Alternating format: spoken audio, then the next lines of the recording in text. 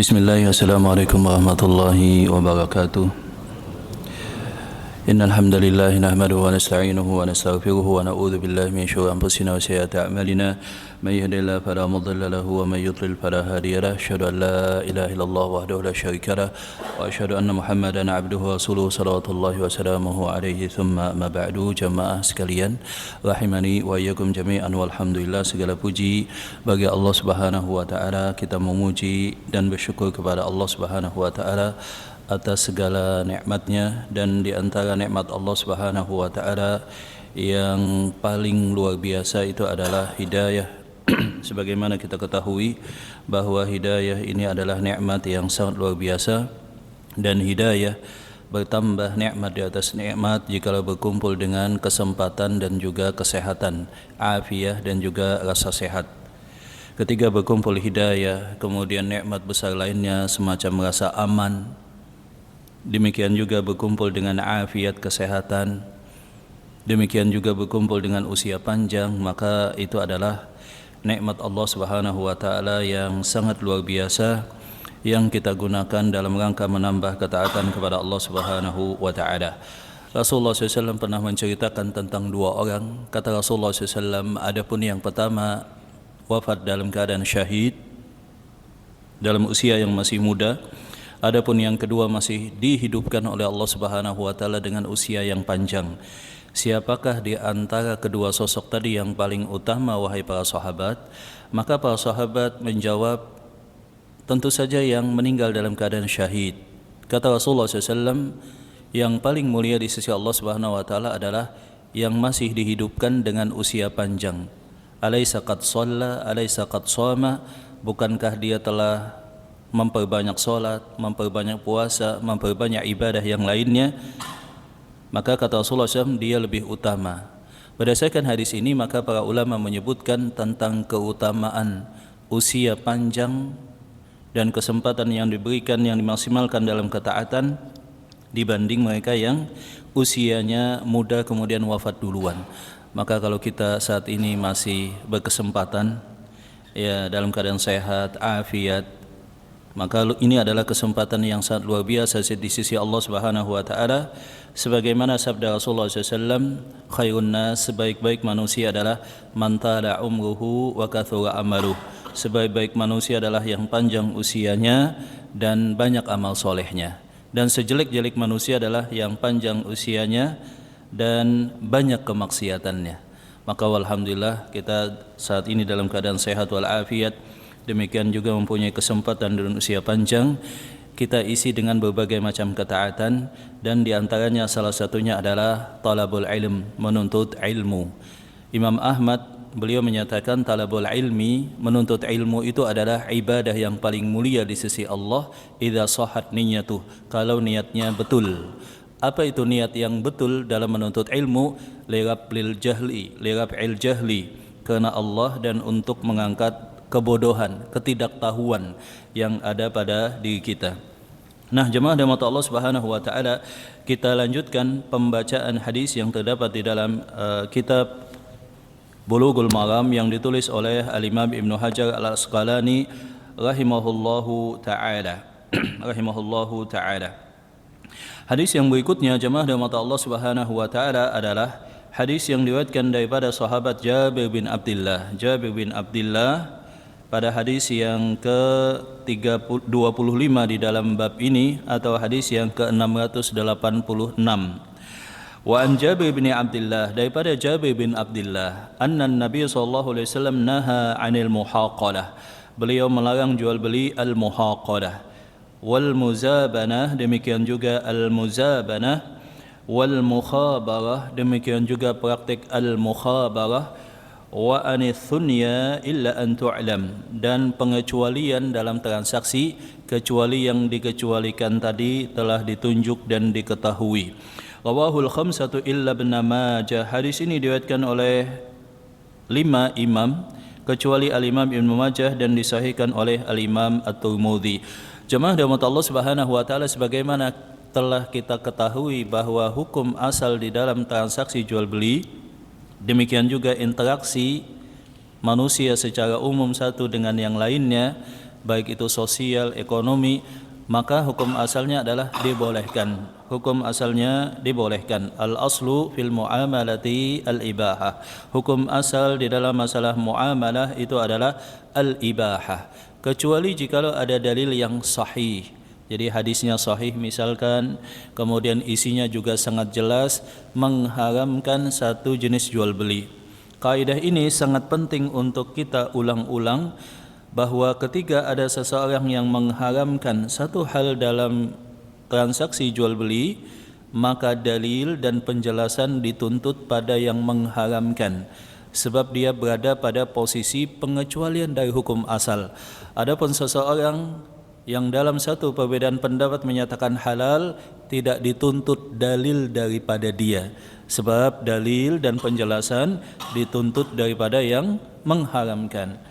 Hal ini tentu saja berkebalikan dan berbeda dalam masalah ibadah. Di dalam masalah syariat dan ibadah, jikalau yang satu mengharamkan, yang satu menghalalkan dan membolehkan, maka dalil dan penjelasan diminta pada yang membolehkan. Kenapa demikian? Sebab hukum asal dalam ibadah enggak boleh, diharamkan, kecuali ada pengecualian berdasarkan hadis yang sahih bahwa Rasulullah SAW mempraktekannya, demikian juga beliau mencontohkannya. Wallahu taala a'lam bishawab. Naam. Di dalam hadis ini Rasulullah SAW memberikan beberapa contoh praktek yang tidak diperbolehkan, terutama ini transaksi yang berkenaan dengan atau biasa dilakukan oleh para petani, di mana Rasulullah SAW melarang praktek al-muhaqalah wal muzabana wal mukhabarah wa anithunya illa an tu'lam. Di sini ada beberapa kosakata yang mirip, di mana Rasulullah SAW dalam hadis yang lain menyebutkan tentang muzara'ah, tentang muhaqalah dan tentang mukhabarah. Tentang muzara'ah, muhaqalah dan juga mukhabarah itu adalah kesepakatan di antara seseorang yang mempunyai lahan dengan seseorang yang biasa mengelola pertanian. Ya, dari sejak misalkan menyediakan bibit, dari sejak memeliharanya, menyiramnya, memanennya, maka hal yang demikian masuk dalam ruang lingkup muzara'ah atau muhaqalah atau mukhabarah. Yang dibolehkan di dalam Islam, jemaah rahmat Allah Subhanahu wa taala, adalah hasil panennya dikumpulkan jadi satu kesatuan, kemudian dibagi sesuai kesepakatan. Muzara'ah yang diharamkan, yang kemudian disebut dengan mukhabarah, itu adalah ketika misalkan seseorang punya lahan, kemudian dia mempunyai keterbatasan dalam mengelola lahan tersebut. Dia mengajak petani untuk mengelolanya dengan membagi area lahan dia. Kalau nanti panen sebelah sini bagian saya, panen yang sebelah sana bagian Anda. Maka yang demikian sifatnya adalah spekulatif, dan itu diharamkan di dalam al-Islam, adanya al-gharar wal jahalah, ketidakpastian. Demikian diharamkan oleh Rasulullah SAW. Demikian juga al-muzabanah dan juga al-araya. Al-muzabanah ini maksudnya adalah seseorang menukar pohon yang buah yang masih di atas pohon atau yang masih segar dengan buah yang sudah kering. Dengan buah yang sudah kering, dia katakan jikalau ada kekurangannya maka itu menjadi tanggunganku. Yang dibolehkan adalah al-araya atau al-araya itu adalah menukarkan korma yang dibutuhkan. Ya, misalkan kebanyakan orang Arab itu butuh korma rutab atau yang semacamnya. Kemudian dia tidak punya uang untuk membelinya, hanya saja dia punya korma yang masih ada di atas pohon, yang masih segar dan masih basah, kemudian ditukar dengan korma yang masih kering. Maka hukum asalnya tidak boleh, tetapi ini karena menjadi kebutuhan dikecualikan oleh Rasulullah SAW. Nah, kita sedikit lebih luas pada penjelasan tentang al-mukhabarah atau yang disebut dengan al-muzara'ah. Sebagaimana lazimnya ada sebuah kaidah yang berlaku bahwa Ya, setiap hal yang boleh untuk dijual maka boleh juga untuk disewakan. Kullu ma yajuzu ayyuba'a yajuzu lahu. Ya, setiap sesuatu yang boleh dijual maka biasanya otomatis boleh juga disewakan. Contoh misalkan rumah boleh dijual maka boleh disewakan. Mobil boleh dijual maka otomatis juga boleh dirental. Ada hukum yang khusus, yang unik, yang berkenaan dengan tanah. Tanah tentu saja boleh dijual, tetapi apakah tanah bisa disewakan? Ini mungkin yang pagi ini kita ambil faedah sedikit lebih luas. Ada satu hadis Rasulullah SAW di mana Rasulullah SAW beliau bersabda daripada hadis yang diriwayatkan daripada Rafi' bin Khadij, sami'tu ammi, aku mendengar bahwa Rasulullah SAW naha an kara'il ard. Rasulullah SAW melarang untuk menyewakan lahan atau bidang tanah. Demikian juga di dalam hadis yang lain bahwa Rasulullah SAW beliau bersabda, naha an kara'il ard. Qala Abdullah, falaqad kuntu a'lamu fi ahdi Rasulullah SAW annal arda tukra. Rasulullah SAW melarang untuk menyewakan tanah, Maka Abdullah bin Umar maksudnya, beliau menyatakan, aku mengetahui bahwa yang demikian dilarang di zaman Rasulullah SAW. Kemudian aku tinggalkan. Jadi dulu di Madinah ketika Rasulullah SAW hijrah ke Madinah, Rasulullah SAW mendapati bahwa sebagian orang yang mempunyai bidang pertanian, lahan pertanian itu ketika tidak bisa mengelola itu diserahkan kepada orang lain dengan cara disewakan. Maka yang demikian dilarang oleh Rasulullah SAW. Oleh karena itulah para ulama terbagi pada beberapa pendapat. Yang pertama adalah ulama sepakat mengharamkan sewa tanah jikalau objek atau kompensasi sewanya dalam bentuk hasil panen. Sebagaimana yang tadi telah kita sebutkan dalam kasus al-mukhabarah. Misalkan seseorang menyewa tanah, kemudian dia katakan, saya sewa tanah Anda, saya akan tanami, nanti tanah ini kita bagi dua. Nah, hasil sewanya panen bidang yang sebelah sana, yang sebelah sini untuk saya. Ini sama kasus seperti al-muhaqalah dan al-mukhabarah. Adapun yang kedua, dan itu diharamkan. Adapun yang kedua adalah menyewa dengan uang, dengan nominal tertentu. Saya sewa tanah Anda dengan biaya sewa sekian. Di sini para ulama berbeda pendapat. Ada yang menyatakan diharamkan karena sama seperti kasus yang awal, bahwa secara umum sewa tanah itu tidak boleh. Ada juga yang menyatakan dibolehkan, sebab menyewa dengan sesuatu yang sangat jelas. Pemanfaatan tanah misalkan sekian bulan atau sekian tahun dan uangnya juga sekian. Dan ada juga para ulama yang membolehkan. Yang lebih kuat insyaallah wallahu taala alam bisawab, sebagaimana ada hadis yang mengecualikan, maka yang demikian dibolehkan. Dikatakan oleh para ulama anna kara al-ard bi juz'in ma'lumin mimma yukhriju minha la ba'sa bihi, wa amma qara'uha bidhahab wal fiddah faqad ja'a an Rafi' nafsihi fi ba'di tariq. Jadi ketika menyewa tanah dengan hasil panen tadi itu diharamkan, kecuali tadi skema yang dibolehkan adalah bagi hasil. Nah, yang diperbolehkan oleh kebanyakan para ulama adalah ketika seseorang menyewa dengan adzahab, dengan emas, dengan perak, dengan uang, bahwa yang demikian itu dibolehkan oleh kebanyakan para ulama, walaupun memang sebagian para ulama tetap mengharamkan.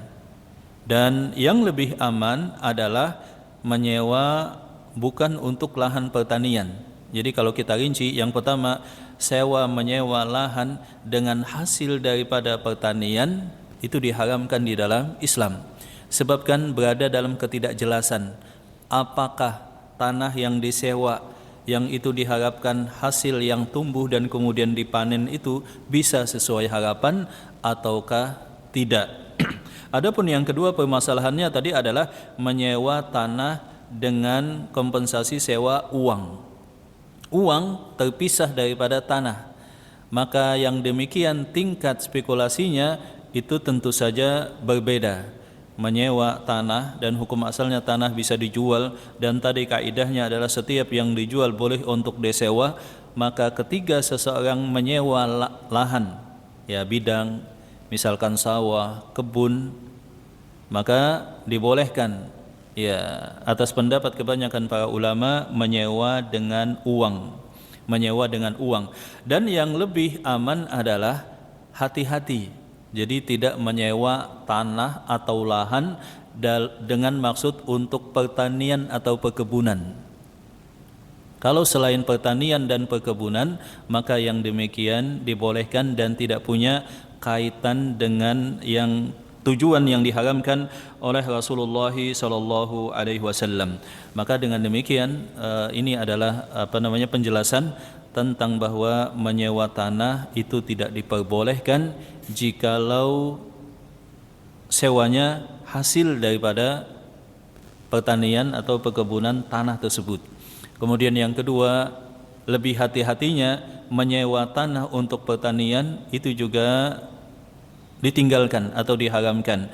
Dan yang berikutnya para ulama menyatakan adapun menyewa bukan untuk pertanian, contohnya untuk membangun, ya, dengan akad yang jelas, atau untuk menumpuk satu barang, misalkan untuk sewa, kebanyakan demikian untuk menumpuk material, atau misalkan menyewa tanah untuk sebagai tumpukan kontainer misalkan di daerah industri, kalau contoh kita di Karyangau sana misalkan, atau nyewa tanah untuk digunakan sebagai lahan parkiran kendaraan, alat berat dan yang semacamnya, maka yang demikian dibolehkan. Wallahu ta'ala a'lam bissawab. Naam. Kemudian hadis yang berikutnya adalah wa an Anas qala naha Rasulullah sallallahu alaihi wasallam fil muhaqalati wal mukhadarati wal mulamasati wal munabadah. Rasulullah sallallahu alaihi wasallam juga melarang jual beli al muhaqalah wal mukhabarah wal mulamasah wal munabadah wal muzabanah. Ini sebagaimana yang kemarin kita telah sebutkan penjelasannya dan nanti insyaallah akan kita ulang. Kita lanjut pada hadis yang berikutnya daripada Tawus daripada Abdullah bin Abbas, qala Rasulullah sallallahu alaihi wasallam, Rasulullah sallallahu alaihi wasallam bersabda, la talaqau arukban,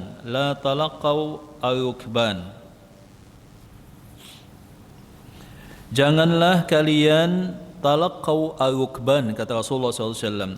Talaqau arukban adalah humul ladina yujlibu ta'ama ilal balad wan nahyu an dhalika li siyanatihim anil khadi'ah li adami ma'rifatihim as-si'r.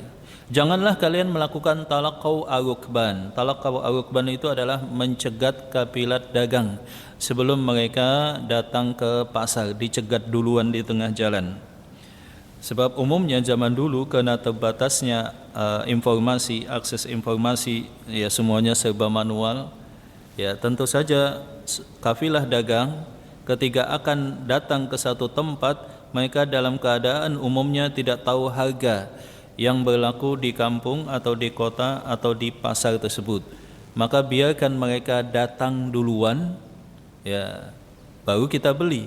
Enggak boleh dicegat di tengah jalan untuk memanfaatkan ketidaktahuan daripada si pedagang tersebut supaya mendapatkan harga yang jauh lebih murah. Wala yabi hadirun libat, dan tidak boleh orang kota menjualkan produk atau komoditas orang kampung, orang pedalaman.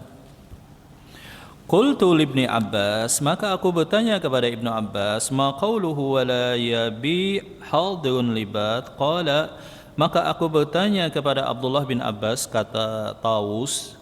Tawus ini adalah murid daripada Abdullah bin Abbas. Apakah maksud orang kota tidak boleh menjualkan komoditas orang pedalaman? Qala la yakunu lahu simsaran. Ya, la yakunu lahu simsaran. Dia tidak menjadi simsar atau perantara atau calo daripada orang yang mempunyai produk atau hasil panen pertanian di pedalaman tadi. Nah, jemaah dirahmati Allah Subhanahu wa taala, hadis ini secara jelas menjelaskan bahwa baik pembeli atau penjual itu harus tahu apa yang disebut dengan harga umum, harga normal, harga kewajaran atau secara umum. Tidak boleh seseorang memanfaatkan ketidaktahuan si pemilik atau penjual, kemudian dia menjadikan itu sebagai kesempatan untuk mendapatkan keuntungan. Ya, misalkan ada seseorang yang awam terhadap harga, sedangkan dia ingin menjualnya, dia dalam keadaan tidak tahu harga umum yang berlaku, seseorang memanfaatkan itu, maka yang demikian diharamkan. Jadi kita pastikan bahwa seseorang yang menjual tadi, dia tahu harga yang berlaku secara umum, kemudian kita tawar secara normal, adanya negosiasi. Nah, di dalam Islam ada sesuatu yang diharamkan yang disebut dengan gaban. Gaban itu adalah satu transaksi terjadi, tapi si penjual nggak tahu harga, sehingga setelah dia menjual, dia mendapatkan informasi harga, dia kaget. Wah, ternyata tadi salah harga, seperti itu. Maka gaban ini di dalam Islam diharamkan, dan si penjual mempunyai hak khiyar, hak untuk membatalkan transaksi. Ya, misalkan seseorang menjual sesuatu, dia dalam keadaan awam, tidak tahu harga, dia jual, si pembeli tahu, oh ini si penjual nggak tahu harga, sudah harganya murah, dia tawar kembali, kemudian langsung dilakukan transaksi. Ternyata setelah transaksi jelas bagi si pedagang informasi belakangan, oh ternyata harganya nggak sekian, harganya sangat tinggi. Contoh misalkan, seseorang katakanlah, tetapi hal seperti ini jarang terjadi di zaman ini. Zaman ini kan informasi sudah begitu banyak, ya kan, akses juga begitu mudah. Tapi katakanlah ada kasus, seseorang sangat butuh akan uang. Dia mempunyai emas katakanlah beberapa gram. Dia datang ke toko emas dalam kondisi bahwa dalam 1-2 hari ini terjadi lompatan harga emas yang sangat tinggi. Katakanlah dia tahunya emas itu harganya sebulan yang lalu, katakanlah 2 bulan yang lalu 1.500.000, katakanlah seperti itu. Dia datang ke toko emas, kemudian si pembeli emas atau penjaga toko emas melihat, wah orang ini nggak tahu harga, bahwa beberapa hari ini harganya sudah naik menjadi katakanlah 2,5 juta. Kemudian si penjual menyatakan, ini saya jual emasnya, ya saya nggak tahu harga, tapi kayaknya harganya 1,5 juta. Kemudian si pembeli menangkap ada indikasi, wah ini nggak tahu harga ini, bisa kemudian dia mainkan, ditinggikan, direndahkan. Maka kemudian hal yang demikian disebut dengan kasus al-ghaban, terjadinya transaksi jauh di luar batas kewajaran. Adapun kalau bedanya rasional dan tipis, tidak terlalu signifikan, atau sudah tahu tetapi sangat butuh, ya talji'ah. Ya, seseorang misalkan sangat butuh, dia tahu harga sebetulnya, tapi sangat butuh likuidasi uang dalam waktu cepat, maka yang demikian dibolehkan oleh kebanyakan para ulama. Sebagian para ulama tidak membolehkan jual beli yang demikian, jual beli karena BU, sangat terpaksa, kemudian harganya jauh di bawah batas normal. Tetapi yang lebih kuat adalah dibolehkan, sebab yang demikian termasuk dalam rangka menolongnya. Kalau enggak laku tambah kasihan, seperti itu. Wallahu ta'ala a'lam bissawab. Naam. Di dalam hadis ini Rasulullah SAW melarang wala yabi'u hadirun libat. Tidak boleh seseorang mencegat hadir libat. Wala talaqqu arukban. Tidak boleh seseorang mencegat kafilah dagang. Misalkan sembako itu didatangkan dari katakanlah tempat yang jauh, ya misalkan zaman dulu misalkan Semboja, katakanlah begitu ya. Kemudian ada yang mencegat di tengah jalan.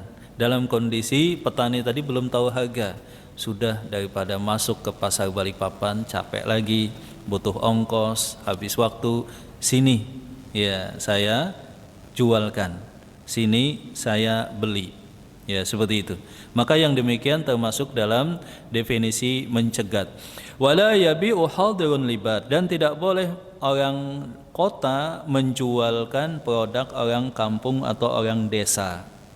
Yang dimaksud tentu saja hikmahnya adalah memanfaatkan keawaman dan ketidaktahuan, kepolosan orang desa, orang pedalaman terhadap harga yang berlaku di kota, kemudian mengeksploitasi itu, memanfaatkan itu untuk mendapatkan keuntungan yang sangat besar.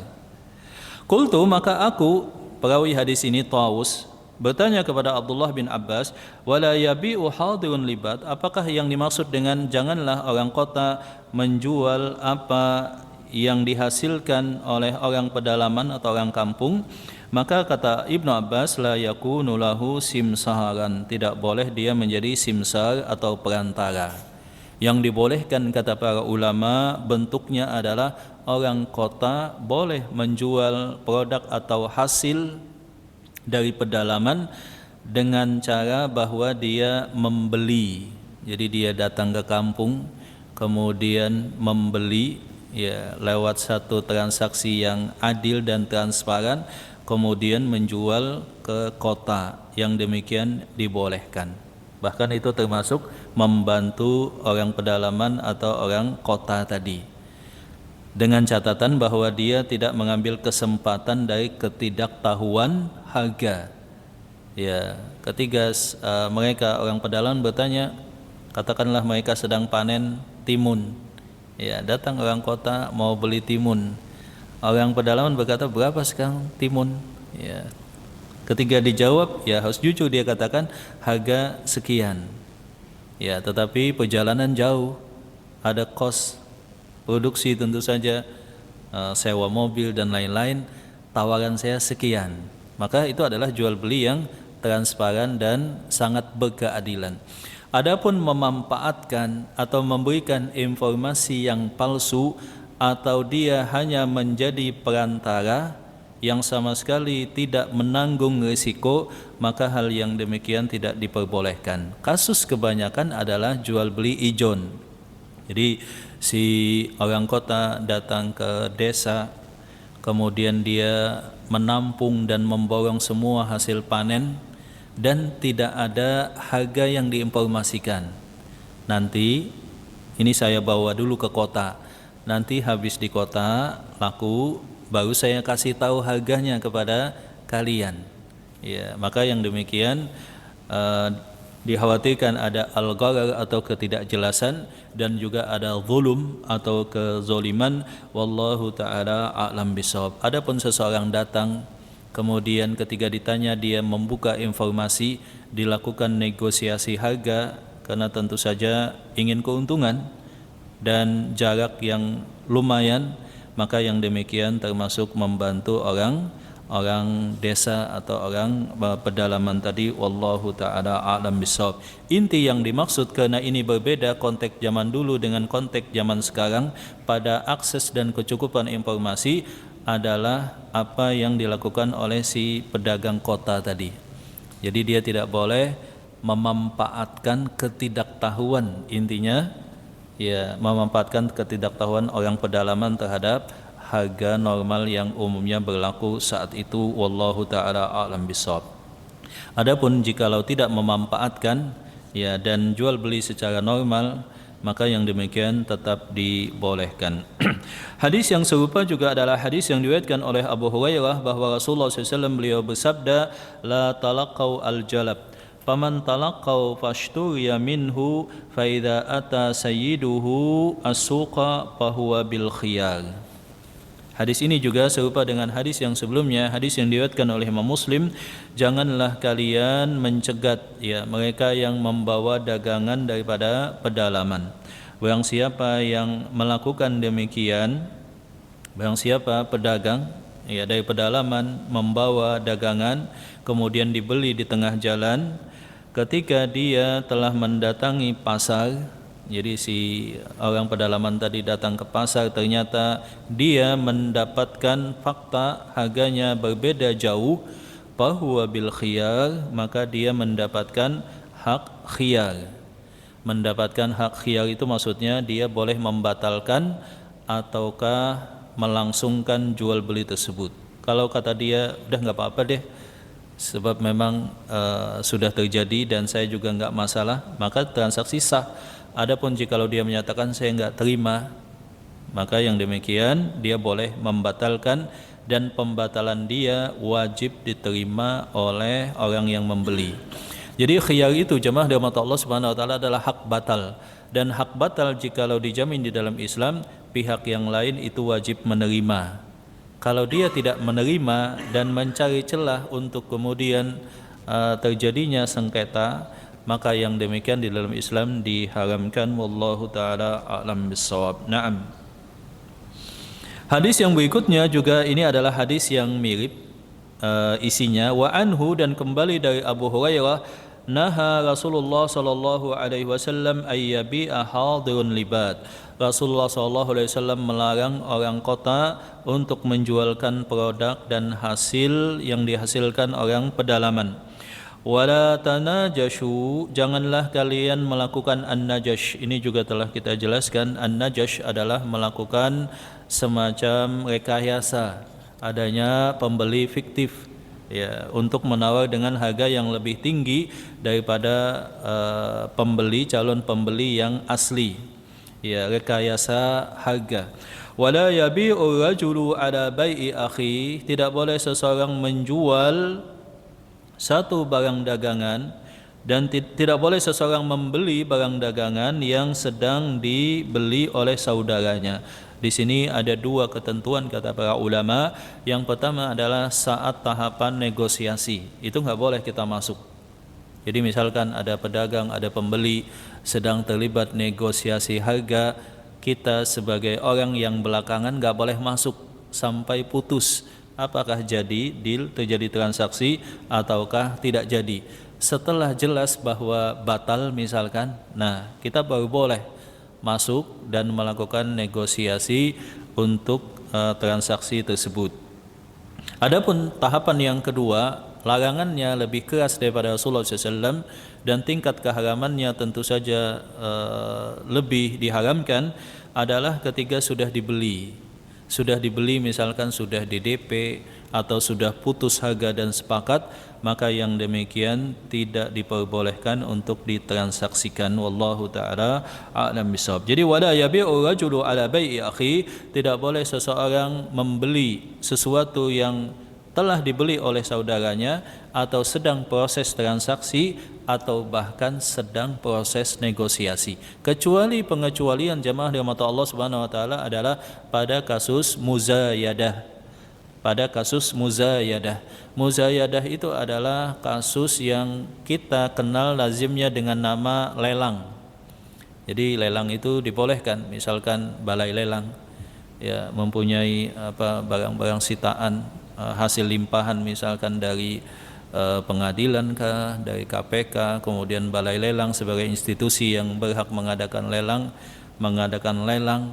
Nah, itu kan tentu saja para pedagang, para pengumpul secara bersamaan dalam waktu yang sama.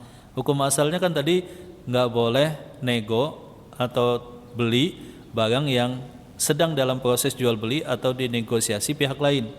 Tapi itu dikecualikan dalam kasus muzayadah atau lelang. Lelang itu kan memang tujuannya mendapatkan beberapa penawaran dan dipilih penawaran yang terbaik. Hanya saja memang lelang ini riskan. ada eksekusi yang dalam syariat dibolehkan. Ketiga itu dilakukan misalkan oleh institusi negara. Contohnya misalkan bea cukai, ya. Contohnya misalkan KPK hasil daripada korupsi kemudian dilelang dan harganya biasanya ya sangat ekonomis di bawah harga kebanyakan contohnya. Maka kita boleh yang demikian. Tetapi perlu berhati-hati jikalau lelang dieksekusi dengan cara yang tidak berkesesuaian, tidak berkeadilan, atau bahkan cenderung kezoliman. Contohnya misalkan lelang-lelang yang mungkin dieksekusi oleh pihak perbankan misalkan, maka lebih hati-hati kita sebagai seorang muslim tidak masuk ke sana. Ya, tidak membeli barang yang dilelang tadi jikalau itu dikhawatirkan ada ketidakadilan atau kezoliman pada eksekusinya. Kalau kasus lelang perbankan, maka solusi yang berkeadilan dan aman adalah negosiasi dilakukan kepada si pemilik, kepada si pembeli. Contoh misalkan ada satu rumah, ya kan, kemudian rumah tersebut mengalami wan prestasi dan telah diperingatkan oleh pihak bank bahwa ini akan dieksekusi, ya kan. Nah, yang lebih aman adalah seseorang membeli dengan menawar langsung ke si pemilik, kepada si pemilik tersebut. Ya, entah misalkan dia membeli secara langsung atau kemudian dia melanjutkan kewajibannya. Tentu saja melanjutkan kewajiban itu hanya boleh jikalau akadnya sesuai syariat. Misalkan ada satu rumah dilelang bank, kemudian seseorang masuk melanjutkan akad ribanya, maka yang demikian enggak boleh. Tetapi ketika seseorang membelinya secara tunai, maka yang demikian wallahu taala alam bisawab dibolehkan atau akadnya sesuai dengan syariah. Adapun seseorang menunda, kalau saya beli sekarang mahal, tetapi kalau nanti dilelang akan sangat murah, maka yang demikian lebih hati-hatinya tidak dilakukan kalau dikhawatirkan ada proses yang tidak berkeadilan. Wallahu taala a'lam bissawab. Sampai di sini mungkin jamaah apa yang kita bahas pada pagi ini. Silahkan mungkin ada pertanyaan.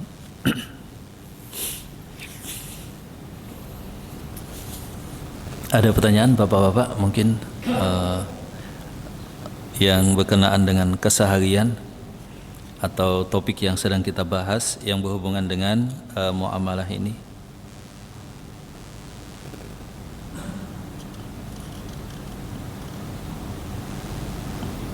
Ya, silahkan jemaah. Mungkin ada pertanyaan. Ya jemaah dari Allah SWT, kita juga sangat prihatin dan mendoakan saudara-saudara kita yang saat ini sedang berada di dalam ketakutan, bahkan juga mengalami kezoliman dan pembantaian.